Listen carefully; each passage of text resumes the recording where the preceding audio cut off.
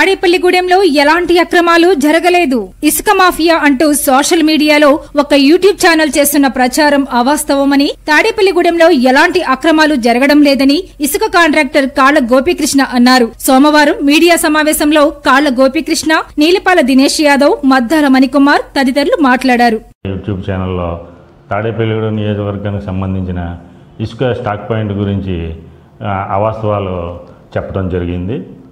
మీరు వాస్తవాలు తెలుసుకుని ఎవరో చెప్పిన మాటలు మీరు మీడియాలో చెప్పవద్దని కోరుకుంటూ, ఇక్కడ స్టాక్ పాయింట్లు మన ఈస్ట్ గోదావరి, వెస్ట్ గోదావరి 2 జిల్లాలు కలిపి 7 స్టాక్ పాయింట్లు ఇచ్చారు గవర్నమెంట్ వారు. అది వర్షాకాలం ప్రజలు ఇబ్బంది పడకుండా ఉండడం కోసం స్టాక్ పాయింట్లు పెట్టడం జరిగింది. తాడేపల్లిగూడెం నియోజకవర్గంలో మేము 37,500 టన్నులు స్టాక్ పెట్టడం జరిగింది ఎమ్మెల్యే గారి సహకారంతో. ఎమ్మెల్యే గారు వర్షాకాలంలో ప్రజలు ఎవరు ఇబ్బంది పడకుండా ఉండాలని స్టాక్ పెట్టించడం జరిగింది. ఈ స్టాక్ పాయింట్లో మేము ఇసుక దందాలు రకరకాల చోట్ల మేము ఇసుక స్టాకు దింపాము, వెనకాల ఎవరో ఉండి నడిపిస్తున్నారు, ఇలాంటి అవాస్తవాలు మీరు చెప్పడం జరిగింది. మీరు దయచేసి తాడేపల్లిగూడెం వచ్చి మీరు ఇవన్నీ ఒకసారి చూసి మేము ఏ విధంగా ఇసుక స్టాక్ పెట్టాము, లేకపోతే మేము ఎక్కడన్నా పెట్టామా, ఎవరన్నా వెనకాల నుండి నడిపిస్తున్నారు, ఇవన్నీ మీరు వాస్తవాలు తెలుసుకుని మీరు మీడియాలో చెప్తే మాకు బాగుంటుంది.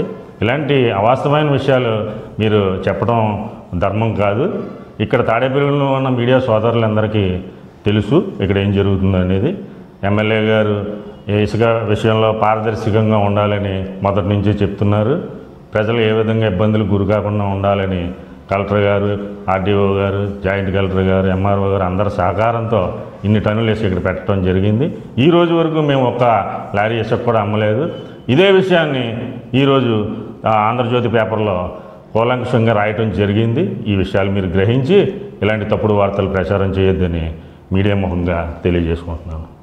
నిన్నటి రోజున ఒక 2 రోజుల క్రితం జరిగిన ఒక మీడియాలో యూట్యూబ్ ఛానల్ మీడియాలో ఎవరో చెప్తూ వేశారో లేకపోతే అతనే మాట్లాడాడో తెలియదు, కానీ ఈ తాడేపల్లిగూడెం నియోజకవర్గ అభివృద్ధి చూసి ఏదైనా ఏదో సంచలనం చేసేద్దామని ఒక మీడియా ఫేక్ మాటలని, కాబట్టి ఒక మీడియా ఉందంటే ప్రజలకి ఓ ప్రభుత్వం ద్వారా వచ్చే లబ్ధి కానీ లేదంటే నిజాలు వాస్తవాలు రాస్తారని మీడియా అందరూ కూడా భావిస్తారు. ఈ ఒక మీడియా వల్ల మిగతా మీడియాలన్నింటికి కూడా కొద్దిగా ఇబ్బందులు జరుగుతున్నాయి. ఇలా విశ్లేషణ తెలియకుండా, ఏం జరిగిందో చూడకుండా, ఆయనకి ఎవరో స్క్రిప్ట్ ఇచ్చినట్టు మాట్లాడి ఈ యొక్క ప్రజలను ఇబ్బంది పెట్టే విధంగా మాట్లాడతాం, తెలిసి తెలియక మాట్లాడతాం.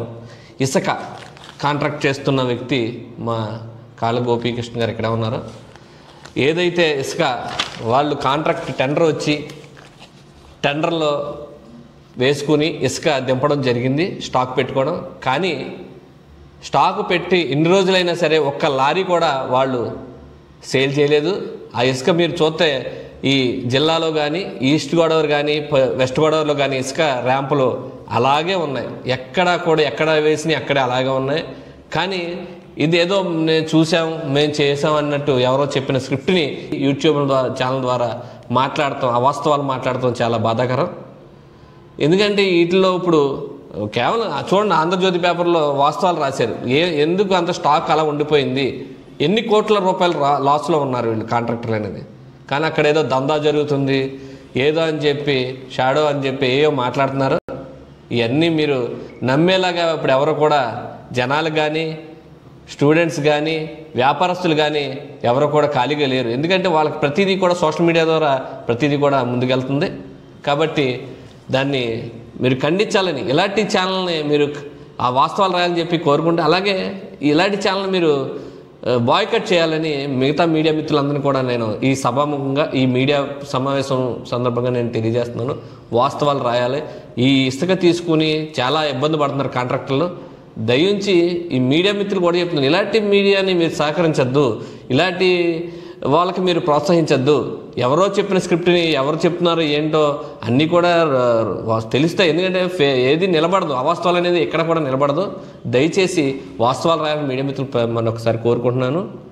ఈరోజు ప్రెస్ మీట్ పెట్టడం గల కారణం, గత 2 రోజుల క్రితం యూట్యూబ్ ఛానల్లో మరి సీనియర్ పాత్రికేయుడే మరి ఆయన మరి తాడేపల్లిగూడెంలో జరుగుతున్నటువంటి కొన్ని విషయాల మీద మాట్లాడడం జరిగింది. మరి ఆయన ఆ విషయాలు ఆయన ద్వారా ఎవరైనా చెప్తున్నారా అనిపిస్తుంది తప్ప ఆయన ఎక్కడా కూడా ఇన్వెస్టిగేషన్ చేసిందని కనిపించట్లేదు. ఎవరో వెనకుండా నడిపితే మీరు మాట్లాడే విధంగా అలాంటి అవాస్తవాలని మాట్లాడడం మరి మీరు సీనియర్ పాత్రికేయులుగా మీకు అది ఎంతవరకు కరెక్టో మీరు గ్రహించాలి. మీరు ఒక యూట్యూబ్ ఛానల్లో ప్రజలకి ఇవాళ సోషల్ మీడియా అనేది ప్రజలకి చాలా దగ్గరగా అవుతుంది. ఎందుకంటే ఒక వార్త ఒక 5 నిమిషాల్లో ప్రజల వద్దకు వెళ్ళిపోతుంది. దాన్ని బేస్ చేసుకుని మీరు తాడేపల్లిగూడెంలో జరిగే మరి మా గౌరవ శాసనసభ్యులు ఎన్ని రకాలుగా ఎమ్మెల్యే అయిన తర్వాత ఎన్ని రకాలుగా ఆయన కష్టపడుతున్నారు. ఇక్కడ తాడేపల్లిగూడెం ఉన్న ఎలక్ట్రానిక్ అండ్ ప్రింట్ మీడియా మరి వారిని అడిగితే వారు కూలంకషంగా మరి చెప్పేవారేమో. మరి మీకు అలాంటి అవాస్తవాలను ఎందుకు మీరు మాట్లాడుతున్నారో మాకు అర్థం కావట్లేదు. అలాగే ఇసుక గురించి మాట్లాడడం జరిగింది. మరి ఇప్పటి వరకు ఆ ఇసుక స్టాక్ పాయింట్ పెట్టిన తర్వాత ఒక లారీ ఇసుక అమ్మినట్టు మీరు నిరూపిస్తే, ఒక లారీ ఇసుక మీరు అంటున్నారు కదా అక్కడ అక్రమాలు జరుగుతున్నాయని అంటున్నారు కదా, అది అందులో ఒక లారీ ఇసుక కూడా స్టాక్ పాయింట్ నుంచి కదిలి మీరు నిరూపించగలిగితే మీరు ఏం చెప్పినా సరే దానికి మేము అందరం కట్టుబడి ఉంటాం. అలాగే మీరు అవాస్తవాలను కాకుండా రానున్న రోజుల్లో కూడా ప్రజలకి వాస్తవాలను ప్రచురించి మరి మీ